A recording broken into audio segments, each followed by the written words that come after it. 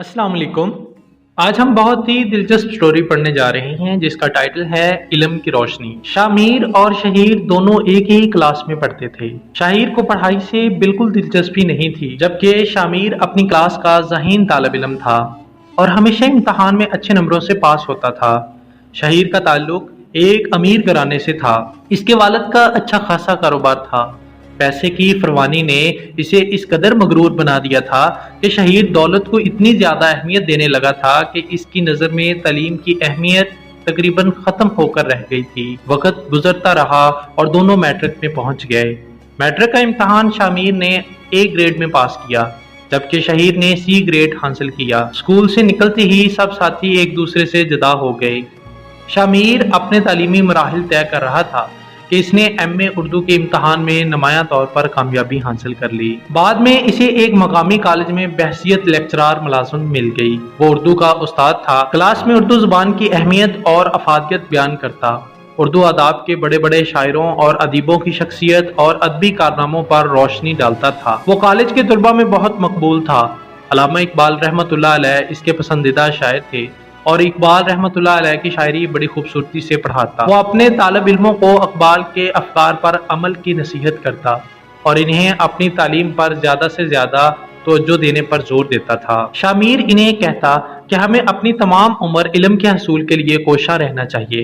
एक दिन वो अपने तलबा को लेक्चर देकर क्लास से बाहर निकला ही था कि एक अजनबी शख्स इसके सामने आ खड़ा हुआ और बड़ी आजी से बोला, जनाब मैट्रिक पास हूँ, आपके कॉलेज में अगर कोई नौकरी हो तो मुझे खिदमत का मौका दें, सारी जिंदगी आपका एहसानमंद रहूंगा। ये कहते हुए इसकी आंखें भीग गई। शामिर ने एक नज़र इस शख्स को देखा जिसे कुछ पहचानने की कोशिश कर रहा हूँ। शख्स के बाल बिखरे हुए और दाढ़ी बड़ी हुई थी। इसने मैले के चैले कपड़े पहन रखे थे और चेहरे से मुफलिसी के आसार नुमाया थे। शामिर ने इसे गौर से देखा और फिर चौंक उठा। इसके मुंह से हैरानी के आलम में निकला, अरे शहीर, ये तुम हो? और ये क्या हाल बना रखा है? आखिर ये सब क्या है?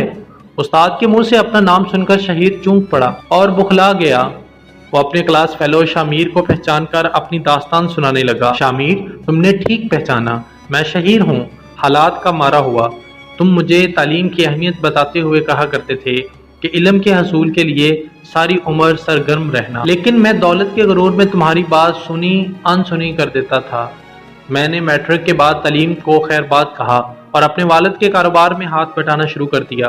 पढ़ाई से तो मेरी शुरू ही से जान जाती थी और मैं तुम्हें भी यही कहा करता था कि पैसे के मुकाबले में तालीम की कोई अहमियत नहीं।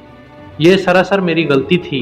इन्हीं दिनों मेरे अब्बाजान कारोबार के सिलसिले में दूसरे शहर जा रहे थे कि कार का हादसा हो गया और वो हमें बेयारो मददगार छोड़कर इस दुनिया से चले गए।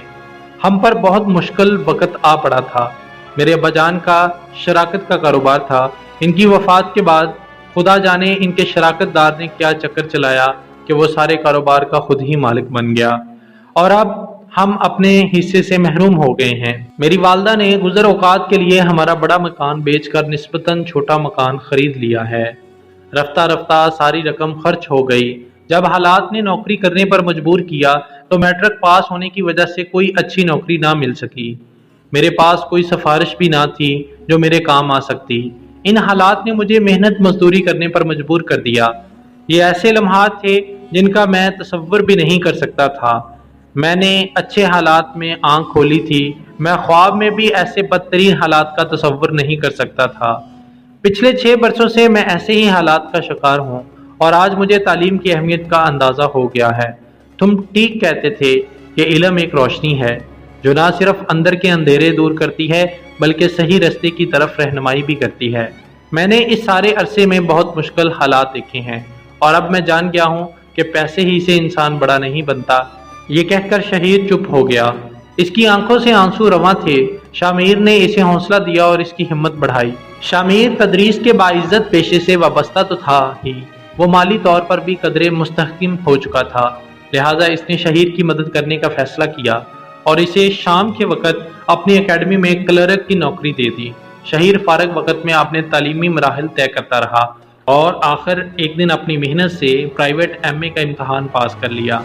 अब वो नई नस्ल को भी अपने इल्म की रोशनी से मुनव्वर कर रहा था। اس نے بھی شامیر کے ساتھ مل کر طلباء کو پڑھانا شروع کر دیا تھا۔ یوں چراغ سے چراغ جلنے کا سلسلہ شروع ہو گیا تھا۔